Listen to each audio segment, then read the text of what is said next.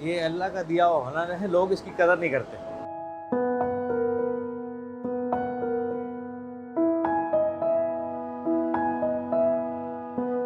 नाम मेरा मोहम्मद इमरान है और मंजूर कॉलोनी में शॉप है मेरी, और ये एक शौक है मेरा, ये जो काम कर रहा हूँ मैं। पहले ये तो मैं पिक को देखते हैं, पिक को फिर डिज़ाइन करते हैं, उसमें क्ले मोल्ड में इसको वर्क करते हैं ना, यानी कि एक इसका पैटर्न बनता है क्ले के अंदर। क्ले के अंदर पैटर्न बनने के बाद फिर उसके बाद इसको जो है ना हम इसको प्लास्टिक पेंट का मोल्ड लेते हैं, प्लास्टिक पेंट पर कास्ट करते हैं, फिर उसके बाद इसको कन्वर्ट करते हैं फाइबर ग्लास के अंदर। हर कोई फिगर नहीं बना सकता, फिगर बनाने वाले चंद लोग हैं, ये मुझे एक गॉड गिफ्ट है।